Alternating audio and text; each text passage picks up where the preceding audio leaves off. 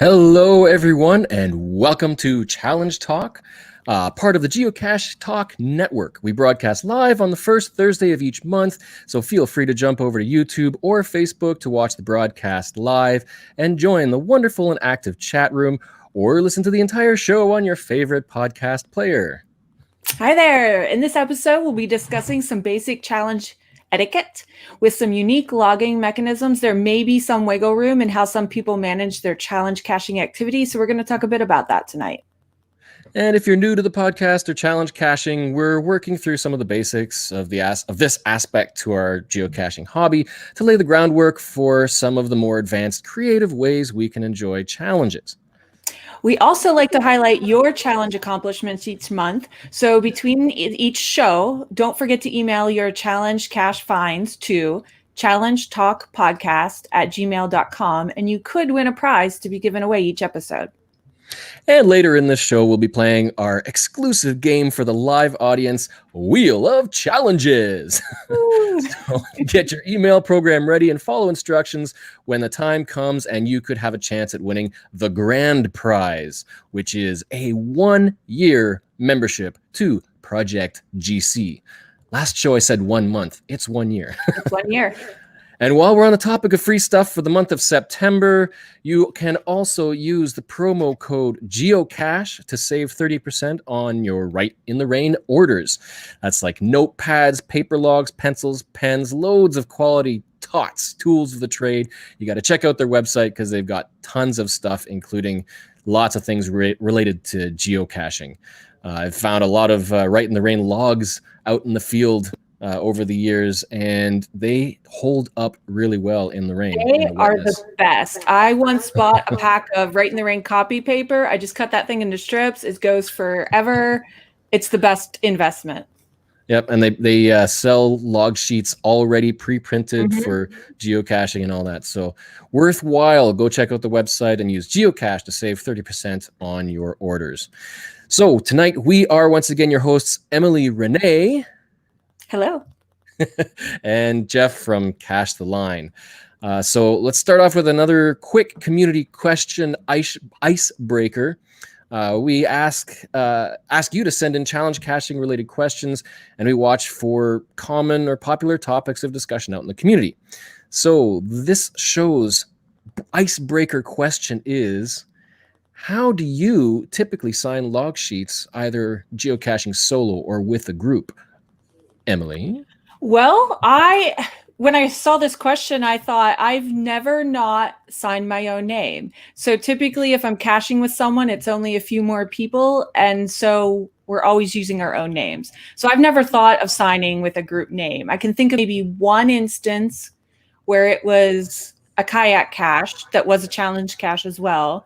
A lot of times when I'm kayaking with the group, we give ourselves some kind of flotilla name. So maybe once it happened, but my habit is my own name.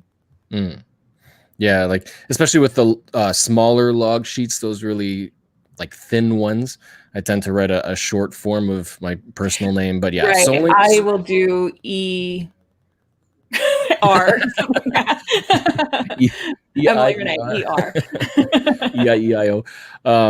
Yeah, and I go with TB0. It's nice. Everybody's got to have a short form of their name for situations for the small just like log books, right? Yeah, but yeah, same with the group. We tend to log or sign the log sheet with the group name, usually some acronym. That's the word. Of the first letter of everybody's caching name, and that's usually enough to identify us. Which is why in a lot of my videos we have Team Fart. F-A-R-R-T. It's the best word we could come up with. Caching names. That's great. There was an interesting situation that came up recently because there was a geocache challenge that was raised in one of the geocaching groups, the Alaska Borough and Census Area Challenge, where the first to find, the people who claimed the first to find actually, well, they claimed it, but they hadn't signed the log sheet. So it looks like they visited the geocache and completed the challenge successfully. And this challenge is not an easy one, apparently. And for the longest time, people were writing notes. And then just recently, someone went out for the second define and found an empty log sheet. So it's, I mean, it's somewhat related, but yeah, you kind of want to make sure that you are signing that log sheet when you visit. Yeah, there are very few rules in geocaching, and sign the log is one of them. And we will talk a little more about that later as well in the topic of etiquette.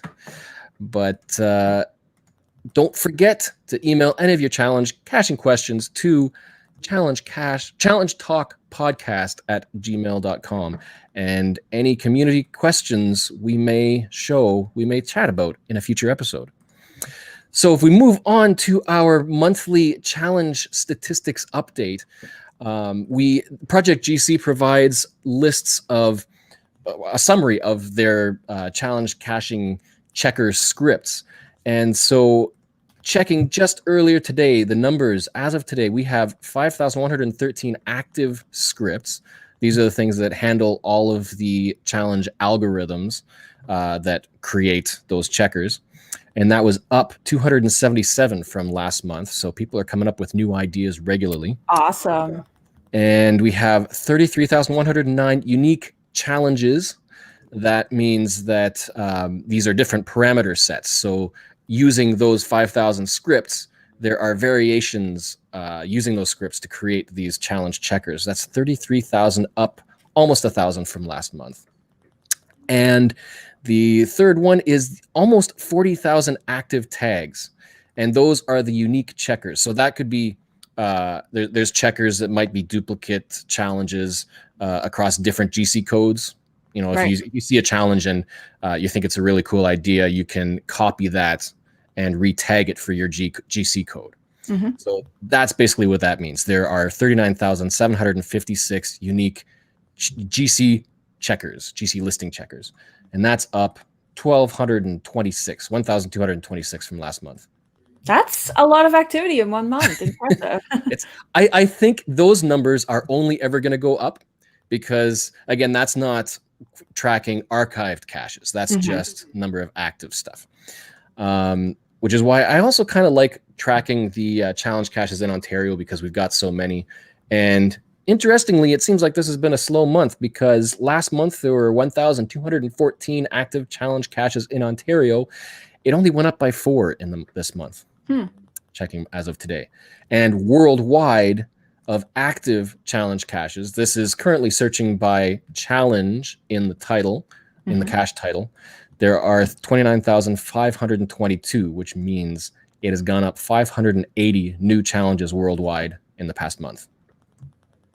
So they're still coming out. Yeah, that's great. Keep them coming. More for us to find. That's the number, yeah. And that's the number that can waver because of archivals, cache archivals and whatnot. Right. And that kind of leads into a very quick news item that I'm sure has been covered by so many people everywhere in the past few days. But it's so relevant to us. Oh, yeah, and it's so helpful. And that is the addition of 4 new attributes in the collection for the website and for the mobile app. There's 4 attributes. There's an attribute for bonus caches, so that's the extra cache that you would find after completing a full series of caches or Adventure Lab. There's a power trail attribute, so those are the attributes that would be applied to caches that are obviously in a line, along a trail, along a river, and you know that's another topic for maybe geocache talk. Power trails. And then now the most interesting one I think is the solution checker attribute. It's entirely automated. They have a script that will add and remove that particular attribute depending on whether the mystery cache that it's applied to has the coordinate checker on it. So if the cache owner has added it, then that attribute will be there. Some people have said that they could use that practically, like searching or keeping it out. So yeah, it'll be interesting to see how that gets used coming up. But the best attribute that was just added is Challenge cache attribute. that's right, the challenge cache attribute. We can now identify challenge caches with a dedicated attribute. And that can be applied to pre-moratorium and post-moratorium challenge caches. So if you are a challenge cache owner, get on that. Help us out. Because have, caches can have the word challenge in them and not be an official challenge cache. So yes, this can help weed that out instead of just searching by cache name. exactly. And yeah, so it's good to have that on. As long as cache owners use it, then it'll be useful. Obviously. Yeah, I think, didn't I read right that if you produce a new challenge cache in the future, you will be required by reviewers to add that attribute? Yes. So hopefully moving post-moratorium, forward, it will be used correctly. yeah, post-moratorium challenges are much easier to manage because it's obvious if it's a challenge cache, you have to have the project GC checker. Mm-hmm. Therefore, you also have to have the attribute, which makes perfect sense. Yes. And so, interestingly, by a statistical search now, we can do this.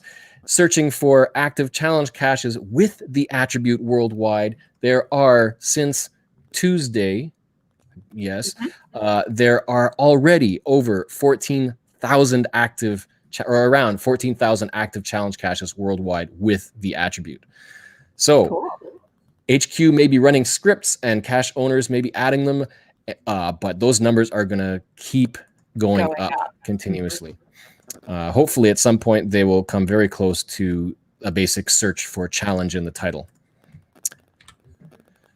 So that brings us to our topic for this show. I think that's the fastest we've got through the intro. It was. The topic for this show is challenge caching etiquette. We cover we covered the history of challenge caches in the first episode and a brief rundown of various statistics used for challenge caches. And so we're going to touch on some basic etiquette now, because there's a little bit of variation in people's strategies for qualifying and finding and logging challenge caches. Yeah, I think strategies is a good word there, because hard and fast rules, maybe not, but strategy, yes. Yeah. So while we discussed earlier about log sheet signatures, in my area, there are so many challenge caches that a lot of the cache owners can get kind of hands-on with the signatures and verifying people's qualifications and that sort of thing, especially those pre-moratorium challenges where there may not be a challenge checker. Right. And people may qualify or unqualify. So some cache owners will verify the signatures on the log sheet with the logged finds on the listing. Mm-hmm. So personally, one of the things I try to do is, especially on challenge caches, make sure my own name is on that log sheet. Even if I'm with a group and we sign a group name, I know a number of friends who, if it's like on a river or up a tree, they'll sign the group name. But then if anybody wants to, they'll also have, like, if anybody from who isn't holding the log sheet wants to have their own username, their caching name on that log sheet, then they'll write those names individually as well. Mm-hmm. Just to make sure, because if there's any question about who was within that caching group for that day, then there's no question that person was actually there. Their name, their caching name is on the log sheet. And that's I mean, you get different opinions about that, but it's generally a good idea anyway to make sure that your personal name is on the log sheet. But that helps with the cache, especially if you worked really hard for something. Don't jeopardize it. Just a few moments to write your name isn't much. Mm-hmm, mm-hmm. And so that moves into logging online. As if you're aware of how challenge caches work, in order to log the find complete online, you need to qualify and have signed the log sheet. And because of that, A lot of people have different ways of tracking their progress towards qualification, or whether they've signed and qualified, or not yet qualified but found the cache and signed. So because of that whole gray area, there's different strategies on how people track that progress through qualification and finding. So again, well, go ahead, Emily. Like, what's your strategy for logging challenge caches and keeping track of them online? Sure. So I guess I'll start out with, I didn't realize, it just kind of didn't dawn on me, the value of, if I'm driving past a challenge cache, I should put my name on the log, even if I don't qualify yet. Because what if I'm not through here again anytime soon? At first, I didn't even think it was a matter of right or wrong. I just didn't see the value in it. But as time went on, I thought, this is so good. I'm like kind of capturing my right to log this cache later by doing one of the things, signing the log. So if I have signed the log, I will write a note, because you can easily go back and see which caches you've written a note on. And so if I'm not sure if I've signed a log that I haven't found or not, that's one easy way to keep track of it for myself. I mean, I could bookmark it or something, but I usually track with the write note feature. And then when I know I've qualified, I'll do my official found it log with my proof. Yeah, and that's interesting, because there's no real integrated way to pull up a list of caches you've posted a note for. There is an option on the geocaching website to list your log types, and Yes. so you can bookmark the page to view all of your note posted. That's what I was on caches. thinking of through. I use that's how I do it. Find my write note logs. Yeah. Okay. Yeah, and Butterfly Girl made another good point. I usually sign the group name, but tell that in my log and who I was with. Yeah, I've done that before. Maybe not necessarily for challenge, but when I've group cached. Yeah, and like that tends to be a fairly common strategy for pretty much any group caching in my area as well, because especially with large groups, it's who's keeping track of who is part of the group all day, right? So a lot of the time, the group name will be in the log, and then anybody who claims to be with that group will claim it as a find as well. And that has happened quite often. So if it's a smaller group, like you were with 4 or 5 friends or something, then yeah, same thing as Butterfly Girl said. I'll include, hey, I was out caching, we were a team, whatever, and out caching with so-and-so and so, and list their names out. And then if somebody wouldn't be able to come along and say, oh, I was part of that group, and yeah, I logged it as found, because we've said who was with the group in the online log. Right. So it's another good strategy to do with that as well. But yeah, as for logging the note and the find, same sort of strategy for me. I'll log, if I find the cache before qualifying, I'll log the note, and then I will add it to a bookmark list as found but not qualified. That's a great idea. Yeah, and then you can just pull up that list, and then you can see, like, you can even, if you want to, add that cache to your ignore list and come back to it later, because then it won't show up on the map. I never thought of that. Yeah, because if you've already found it, you don't necessarily want to see it all the time. Right. So that's one thing you could do. And then the other one is, if I qualify for a cache first, but I haven't found it yet, what do you do then if you want to know, if you're out caching, that cache is ready to be found? It's like pretty much a regular traditional cache now. Yeah. Because you've already qualified, you can log it found. I have a to-do list, bookmark list. It's kind of geographically broad, but if I have qualified for a challenge, I'm a geek. I'm a geocaching geek. I won't forget that I've qualified, and I will remember the next time I go to such and such an area, I've got to get that cache. So I don't know. It's just one of those things that I leave room in my memory for geocaching things. You have a very good memory. I would not be able to remember all of that.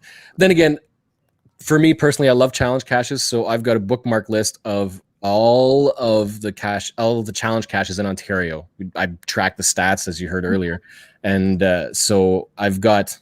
This is partly another topic as well, but I've got a text file that lists my progress on all of my unqualified challenge caches in Ontario. Mm-hmm. It gives tons of goals to work towards, whether or not I'm going to be finding them in the future. But having that list is really helpful, because then, yeah, as soon as I qualify for a cache, I can load up the listing and then mark it, and then add it to a qualified but not found list. And coming back to that, now realizing that that cache is findable if I'm there. One of the little tricks I see a lot of people do actually is use here, I'll bring it up on screen, is use the corrected coordinate feature. Because now if you were to correct the coordinate to the same posted coordinates where the cache is, then that shows up on your map with the little pencil icon as corrected coordinate, kind of like a puzzle cache. If you solve the puzzle and you've got the final coordinates, you correct the coordinates, and then that pin moves to wherever that cache actually is. Now that's a great idea, because that's kind of like an unusual icon on your map that is going to catch your eye. Mm-hmm.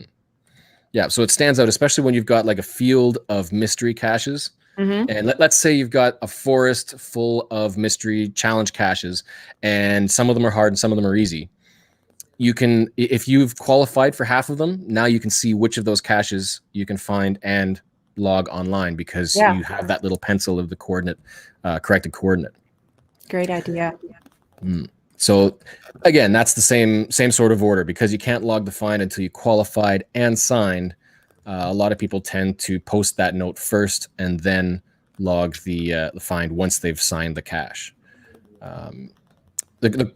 It's another thing for moving into providing evidence of qualification. Pre-moratorium, there was technically no Project GC checker, so no script to automatically give you your layout, your all of the details about your qualification for that challenge. So part of the difficulty of challenge caches was doing all that work yourself. Right. I have instant flashbacks of these multiple bookmark lists I've created to show this is a bookmark for qualifying for this cache and this other cache. And sometimes they overlapped if the topic was similar. But yeah, I have multiple old school bookmarks for that. Yeah, those old challenge caches that said, had a challenge that you had to find 200 caches to qualify, create a bookmark list of all those caches, and there's your evidence, or list out all the GC codes, and sometimes those challenges, because there's the maximum character count on logs, you couldn't put your entire qualification into a log. I haven't thought about that in such a long time, but yeah, that is so true. And it was like the logging your qualifications was part of the challenge. It just took time and secretarial work, you know? Mm-hmm. Mm-hmm. Yeah. So, and that's one of the differences now, is that pre-moratorium, you had to do all that work, and the cache owner would have to, assumingly, would have to verify all of that information to say, yes, you can log it found, or leave your find log in place. Now with the checker, you don't necessarily even have to put the details in your log. Right. Because you can just, the cache owner can just put in the username and then double check themselves. Now, there is, as a side note, if you are not a member of Project GC, you can only do, I think it's 10 checks a day, 10 interesting checks a day. I didn't know that. So if you're a cache owner with a whole lot of challenge caches, you don't necessarily want to verify every single user when they keep posting their logs. So I really frequently see people screenshotting their verification from Project GC and adding it to their log. So not mandatory, but I see it a lot.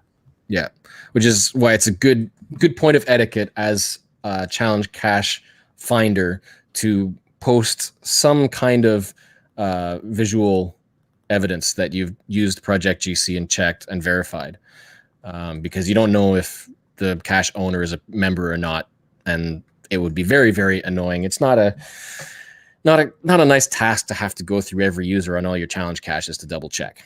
Yeah. And owners should be technically doing that.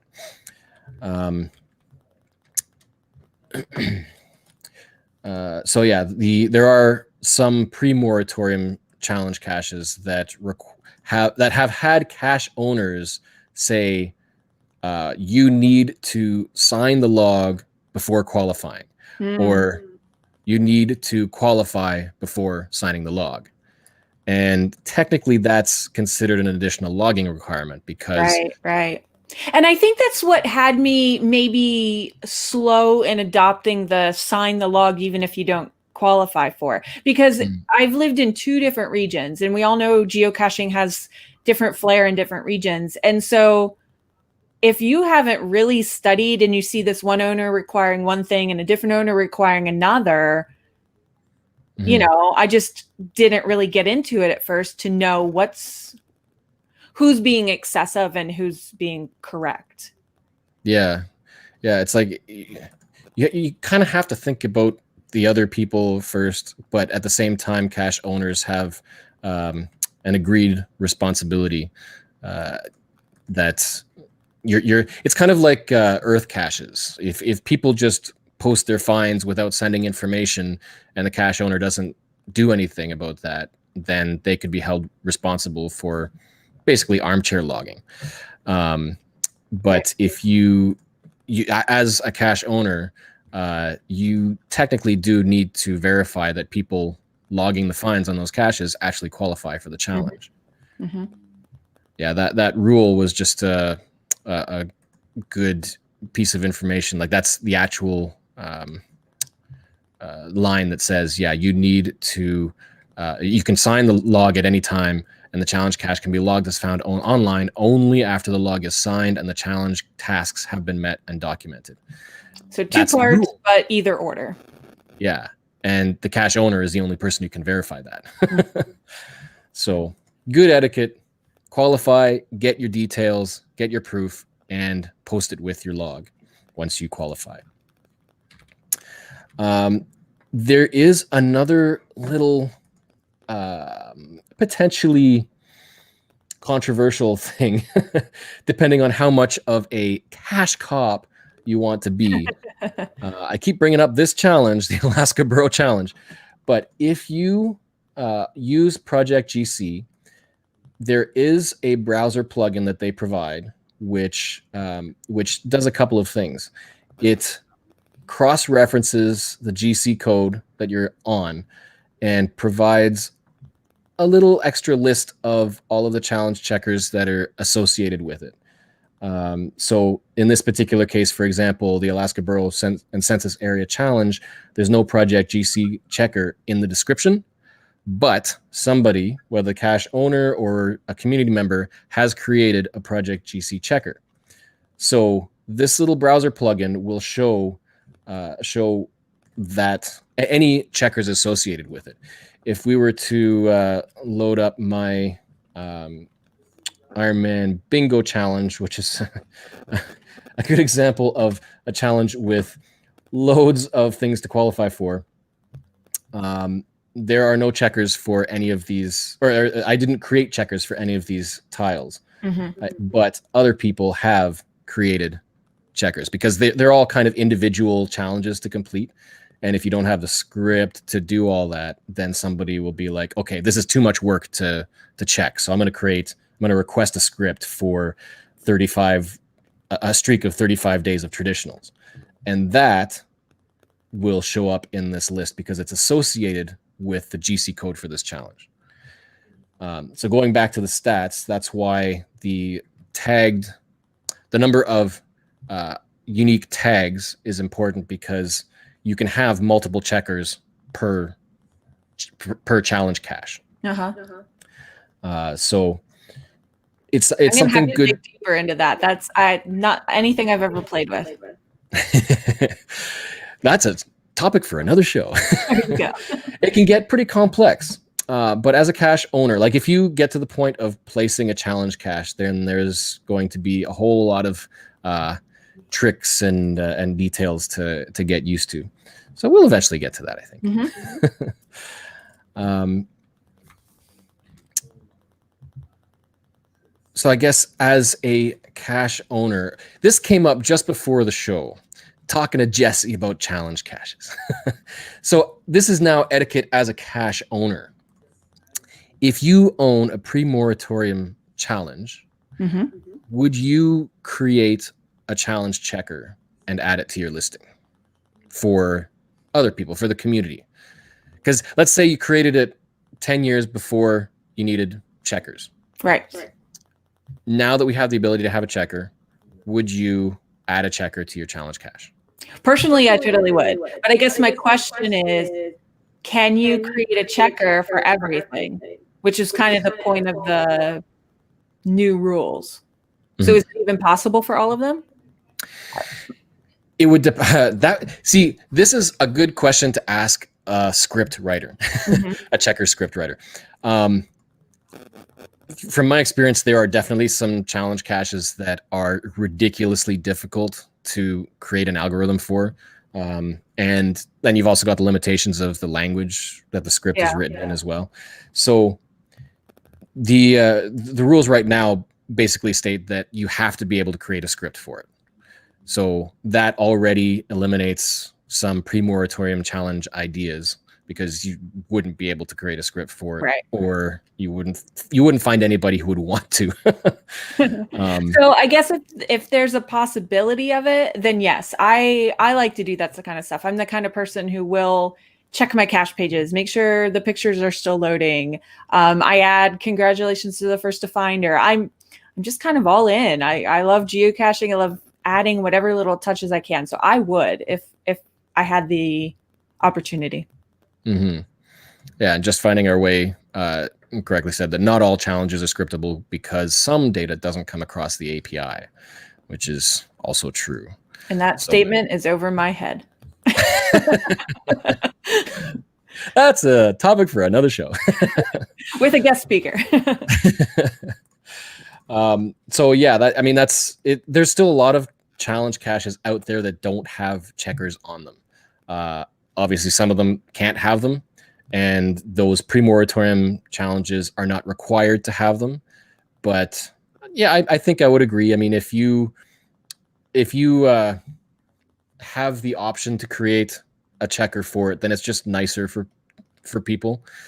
Now, the one exception that I would say is that sometimes the challenges created pre-moratorium were difficult because of the efforts required to determine if you qualify. Or to find qualifying caches. And in those cases, I wouldn't necessarily blame the cache owner for not adding a checker. Now that doesn't stop someone else from tagging a checker for that GC code. Okay. But going back to that browser plugin, if somebody else does it who's not the cache owner, that checker will show up in the sidebar, and the cache owner may not know about it, or they might. But that's a way for the community to help, I guess, make challenge caching a little easier for themselves. Yeah. If you find a challenge that doesn't have a checker on it, and it's possible to create a checker, you can request it and tag it for that GC, and then anybody will have access to it. I like it. Something to explore for me. So moving on then to the challenge FTF. Good. I have a unique story around that because, as we all have said, and you've heard in other podcasts, FTF is not an official statistic. It's not necessarily recognized by Groundspeak. So the story just is interesting because it really pointed out 3 different FTF possibilities on one challenge cache. And so I learned about this cache. I referenced it in our first show. It was my Emily's 40th birthday challenge. I don't remember the exact title. And so it had all kinds of things related to the number 40 you had to qualify around. And I found out about it at an event, and other people were at the event. So we were talking about it, and I decided I need to go get this. It's an hour away, but it's about me, and I've got the time. I got to go get this. So I get to it, and there were other people on the logbook. That's cool. So they were kind of like the first to physically find it. They didn't claim it. I didn't even know they were there. They didn't post a note on the page. So I signed the logbook, and I drive home. I'm kind of old school. I like to get back home, settle in, write a good note.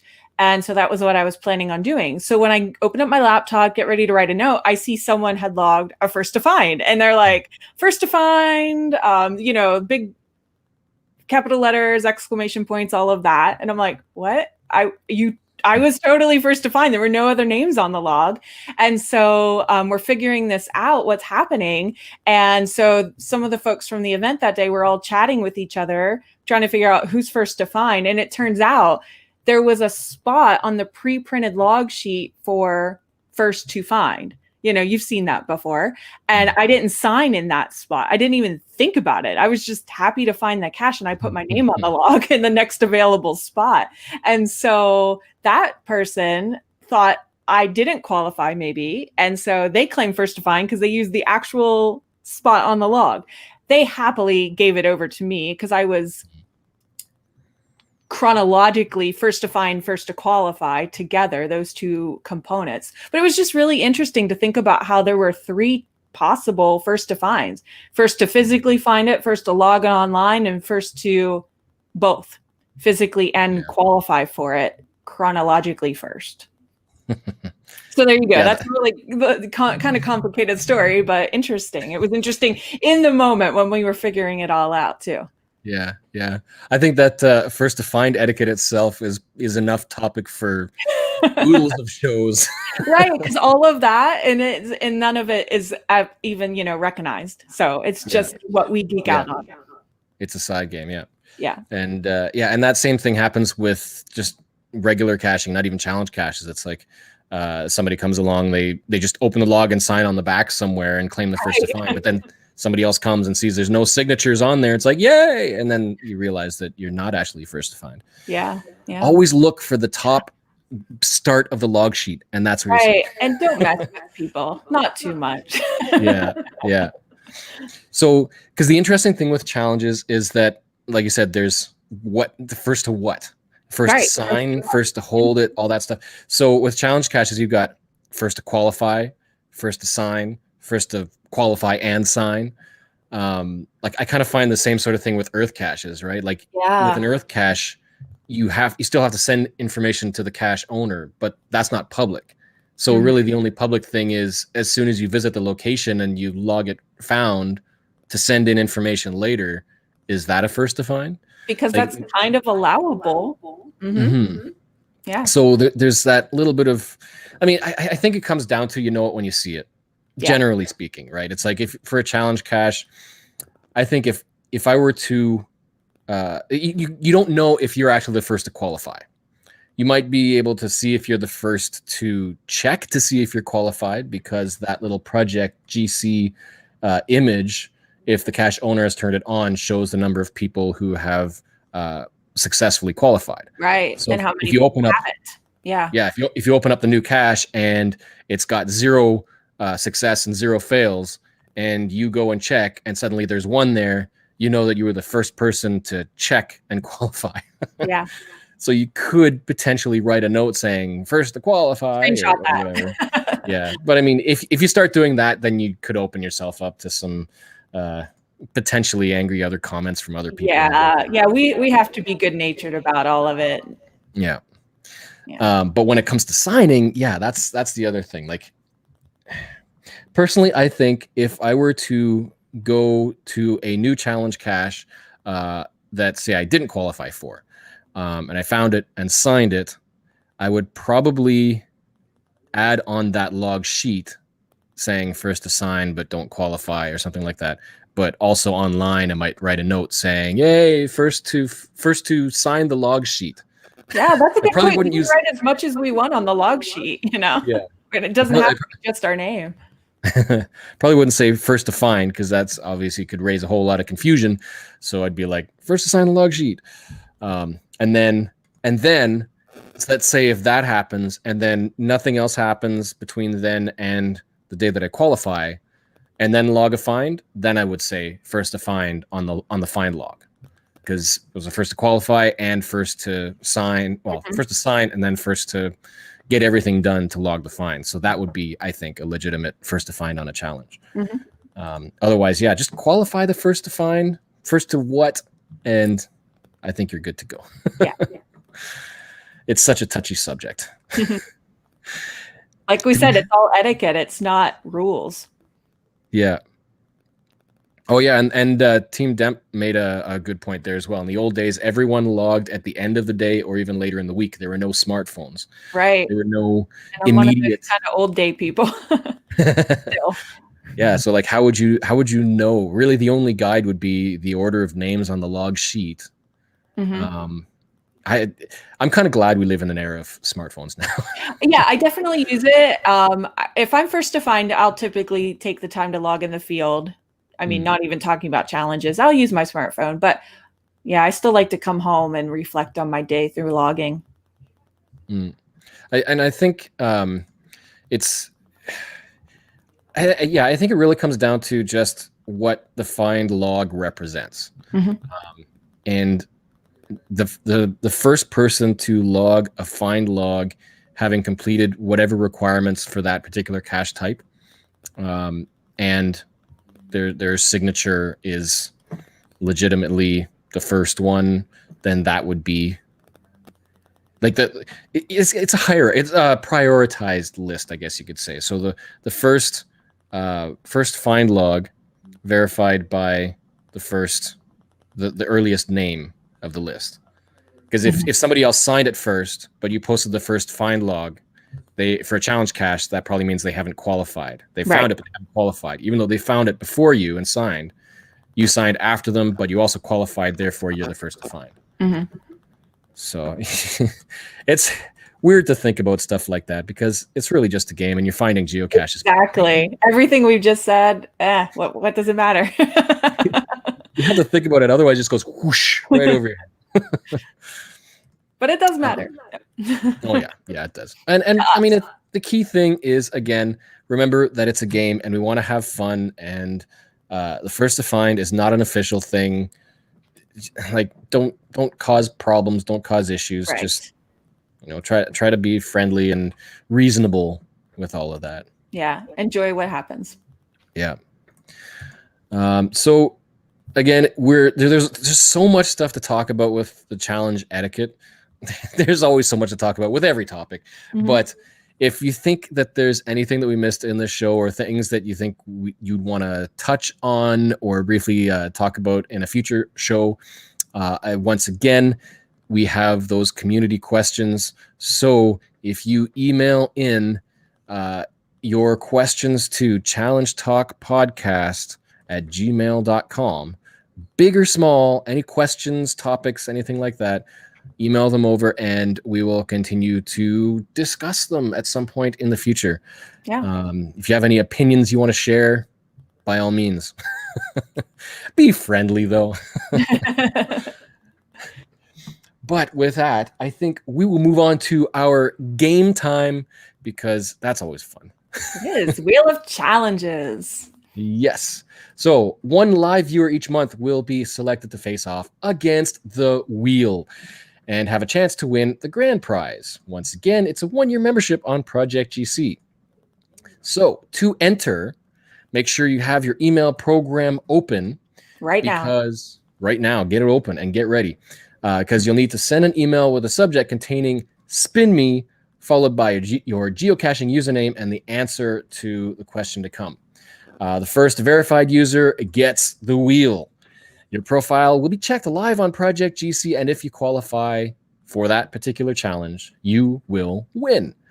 So here is your question. Get that email program open, and remember, destination is challengetalkpodcast@gmail.com, and subject "spin me" with your geocaching username. In the body, answer this question: what attribute best identifies a gadget geocache?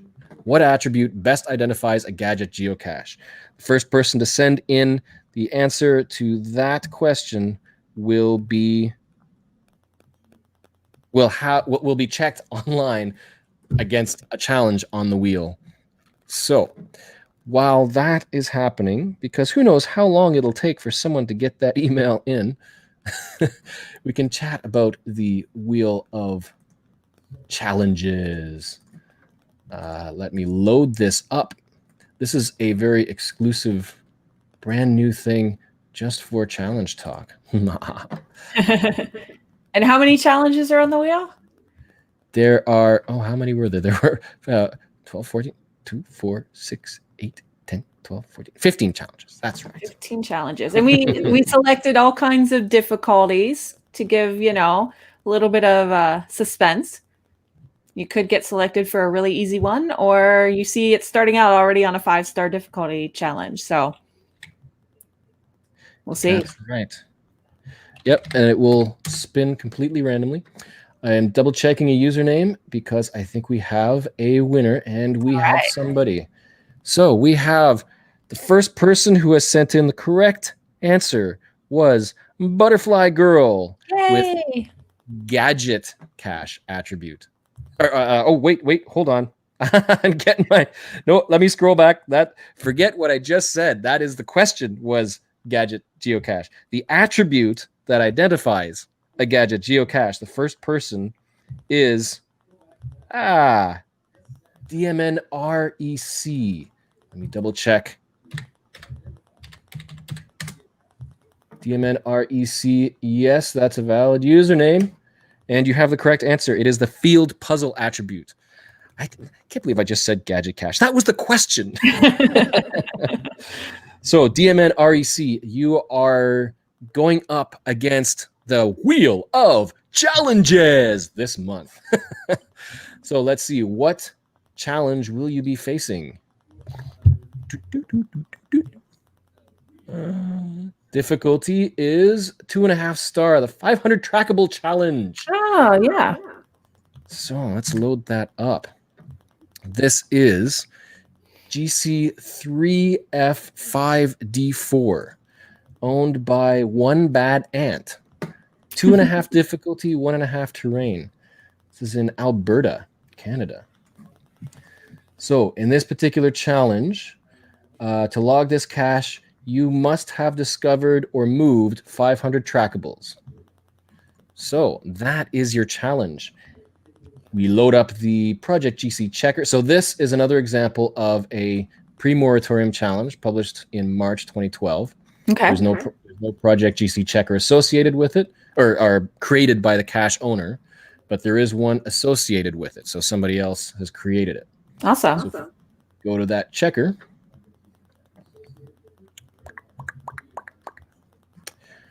$500 trackable challenge in Canada. Now we can put in any name to check their stats. So let's put in DMNREC. It'll do an automatic search and you have to select the username. And now we run the checker. This is it. This is the moment of truth. All right. Qualifies. Awesome. She qualifies. DMNREC has fulfilled the 500 trackable challenge. And so this is an example of a qualification. The example log, this is the text that you can copy and paste into your final yeah, log. I forgot about that. I haven't done a checker in a little while. Yeah. So it includes the picture on the log, right? Yes. So yeah, it includes the BB code, not BB code anymore, the markup code. So it'll link over to the challenge, all that stuff. You can just block that whole thing, copy and paste it into your log. They've checked and they did. You made it with 839 trackables have been discovered and moved, and you only needed 500. So congratulations to DMNREC. DMNREC? I wonder how you say that. Interesting. So we will be contacting you to make sure that you get your prize, a 1-year membership to Project GC. Nice. That opens up a whole lot of features. That could be another show in itself as well. For sure. I need that show. I'm scratching the surface. Yeah. Project GC. It's kind of like geocaching. If you have a basic membership on geocaching.com, you get the basics. But you get a premium membership and suddenly everything opens up. Same sort of thing with Project GC. You got there's tons of stuff to get into. So congratulations on that. Our second monthly game is for monthly challengers. Every month we give a congratulatory shout out to listeners who email us proof of qualifying and logging a challenge cache, and anyone who sends an email to challengetalkpodcast@gmail.com, including the challenge cache GC code and optionally a photo if you want, for the caches that you found between in that month, you will be entered into another prize giveaway. And this month, one lucky winner is going to get a, let's see if I can get this lined up nicely. We have a Cashkins travel bug. Cool. The legendary creature Cashkins. It is the Phoenix. That is going to be the prize for one lucky winner. So let's see. We are also choosing 5 shout outs for the show. Maybe provide some inspiration for people who are looking for challenges to complete or to create, might give you some ideas. So of the people who have submitted challenge cache finds for the month of August, we have, first of all, one that I think is worth showing, City of Peterborough challenge cache. In this particular one, let's load it up. We have a 3.5 difficulty. It's in the UK, but I thought it was kind of neat because this challenge is based at a train station around a historic train with an ID of 73050. All right. And all you got to do is have found at least 7,305 caches. Oh, that's it. Cool.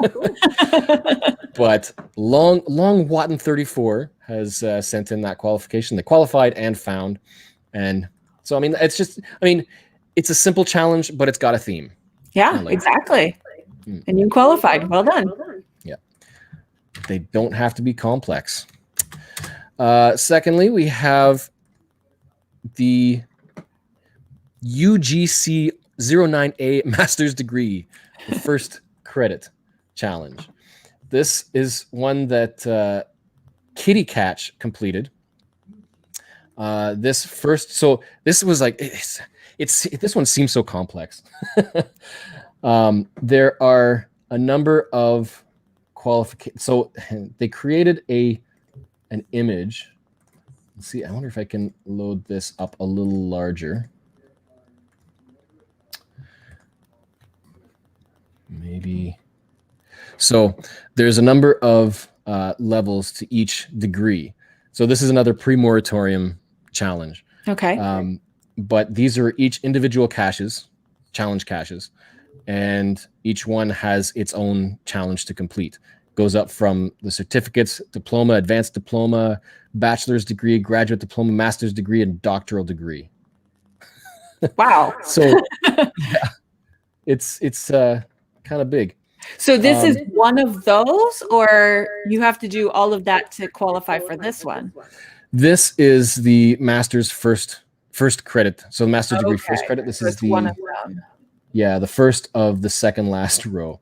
And for this particular challenge, you need to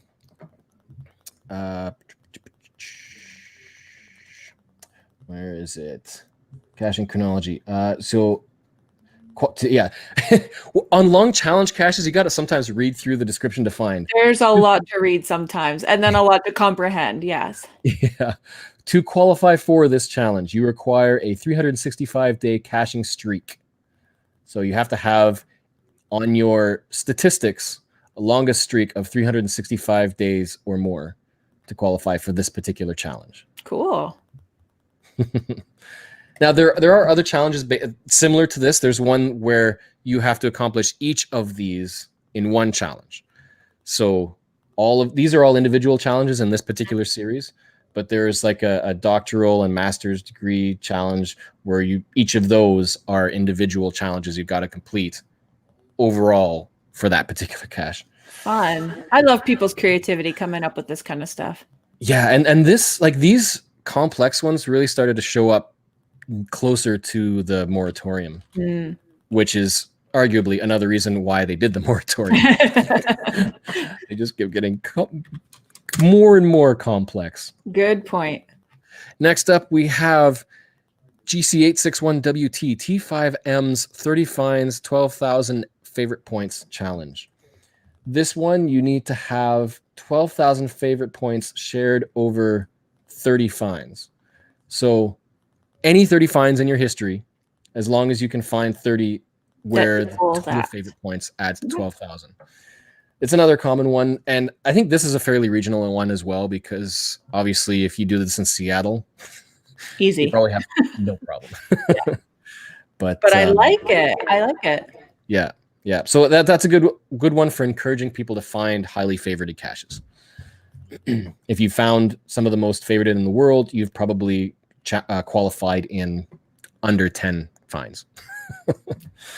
Yeah. Some of them have thousands and thousands of favorite points out there.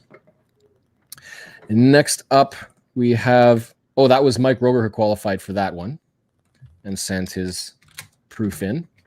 Next up, we have Merlin 1392 who qualified for GC85G1K, the Century Challenge, Earth Cache type. So this is a post-moratorium because it was published in 2019 March, and it has the checker. But to qualify for this one, you have to have found a minimum of 100 Earth caches. This is actually part of a trail of 14 caches. Let's actually load it up because nearby caches hidden by this user. Oh, what happened there? Hidden by this user will show a map with basically all the caches ideally in this series. Base clef. That's weird. Well, let's just load the geocaching map. It will load centered on this cache, and so you can see that trail right there. These are all the challenges. This is a number of century challenges for different types. Yep. So this particular series has types and sizes. Okay. So there's challenge one for each of 7 different types. There's types and sizes all together. And I believe he qualified and found all of these. So well done. And so next up we have Connect the Counties Challenge. I like this one as well because it focuses on travel. So, that's not the one. Let's load up the correct cache. The Connect the Counties Challenge. In order to log this cache as found, you must find a cache in 100 counties that connect together. I like it. This was found by Abe Wall, who I can load up the image that he sent. He has traveled. He created. So this is how it would look if you were to attempt to qualify for this and you aren't, say, going for a county challenge of just completely covering the map of counties. You can kind of see that he's done this travel of finding 100 connected counties in one go in order to qualify for that challenge. Yeah. Oh, that makes me really intrigued. I want to look at my map now. This is definitely something that you can look at your Project GC maps as well and check out which counties you found. If you look at like which states and provinces and other regions around the world that you've got, it looks like you've cached a lot more than if you break it down to counties. Right. So those are 5 challenges that we thought would be fun to highlight.